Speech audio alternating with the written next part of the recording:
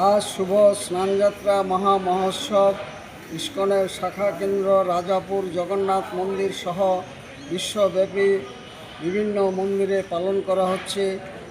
भगवान जगन्नाथ देव तिनि এই দিনেই মর্তধামে আবির্ভূত হয়েছিলেন এবং সেই উপলক্ষে এই স্নানযাত্রা মহা মহোৎসব ইস্কনের শাখা কেন্দ্র জগন্নাথ মন্দির সেখানে জাতি ধর্ম বর্ণ নির্বিশেষে সকলেই সমবেত হন এই উৎসবে স্নানযাত্রায় অংশগ্রহণ করার জন্য।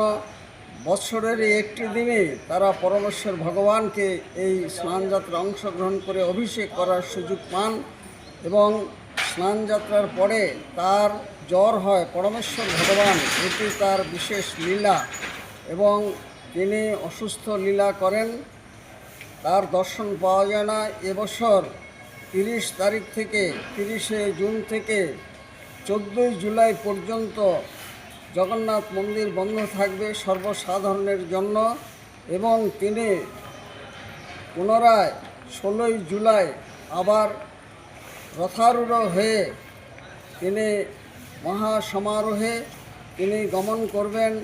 জগন্নাথের দেবের রথযাত্রা হবে এবং এই রথযাত্রা জগন্নাথ মন্দির রাজাপুর থেকে মায়াপুর চন্দ্রোদয় মন্দিরে আসবে এবং তিনি এখানে অবস্থান করবেন। এখানে আসার জন্য সকলকে সাদর আমন্ত্রণ। রসিক গৌরাঙ্গ দাস, ইস্কন মায়াপুর, জনসংযোগ আধিকারিক, নদিয়া।